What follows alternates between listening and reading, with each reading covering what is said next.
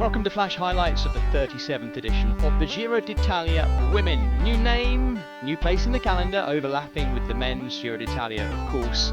And a big refresh for the OG, the dominant women's professional bike race for the last 37 editions. And this looks like being an absolute classic. We start with the most southerly of the 9 stages spread across 9 days in Emilia-Romagna, with a very likely sprint stage and an opportunity, of course, for the winner to take the Maglia Rosa. Glorious conditions, as it has been for the finishing week or so of the men's Giro d'Italia, of course, the women benefiting from, again, glorious, warm, sunny conditions this late May. Official start was given and we were underway. An opportunity to get into a first day breakaway, but before we could even do that, 2 crashes, one in the neutral zone, one very soon after. And the early news reaching us, sad news in fact, particularly for British fans, was that Cat Ferguson was out of the race as a result of that crash too.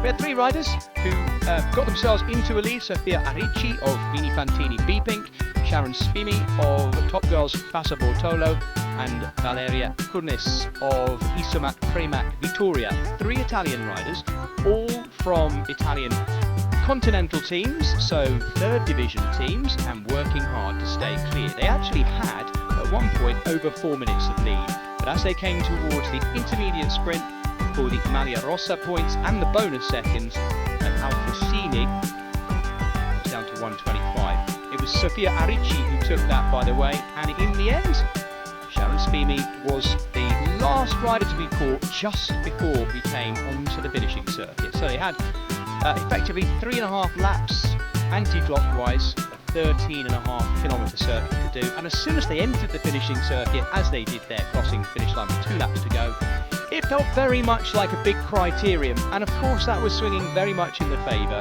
of the sprinters, and that's really the way it was dominated as well.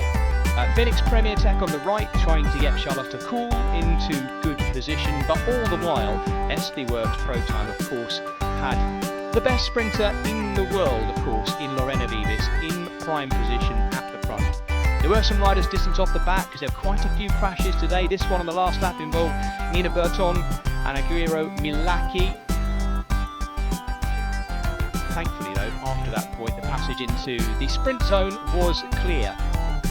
SD Worx-ProTime appeared to have started their lead out a little bit early too, as Millie Cousins, then the British champion, who took over. Before coming off the final right-hand bend, Millie Cousins continued, hoping to see Charlotte Cool back on her wheel, but she wasn't. It was Lorena Wiebes, the Dutch champion. Wiebes starting her sprint, Elisa Balsamo seeing if she can go with her. Lara Gillepsie, the Irish champion, was there too, but this front shot doesn't tell you how dominant this was. This was Lorena Wiebes riding away from everyone, gapping them in the sprint, as she's done on so many occasions, and taking her 127th pro win. Not a surprise win, but a dominant one that had to be worked for by her team in difficult circumstances today, with nervous riders on stage 1 of this year's Giro d'Italia Women. And there we have the winner, as I say, 127th pro win for Lorena Wiebes, and she will be in the Maglia Rosa, of course. That is how you start a stage race.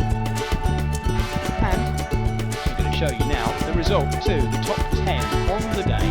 Lorena Wiebes, the best sprinter in the world, the most dominant sprinter in the world, ahead of Elisa Balsamo, Irish champion Lara Gillepsie, Chiara Consoli, also reminding us just how good she is.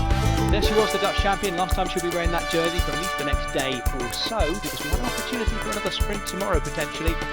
And bonus seconds on the line give her that 4-second lead over Elisa Balsamo.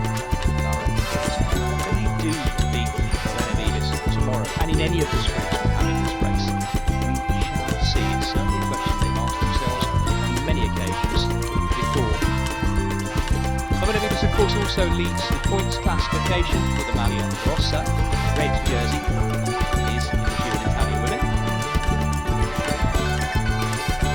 Tomorrow, of course, that will be worn by Elisa Balsamo, today's 2nd place finisher. Best young rider was Célia Géry, French woman who had a good sprint on day 1. Join us tomorrow, it could be another one, but let's see. It's going to be all about Lorena Wiebes. We shall see. Join us tomorrow for highlights of stage 2.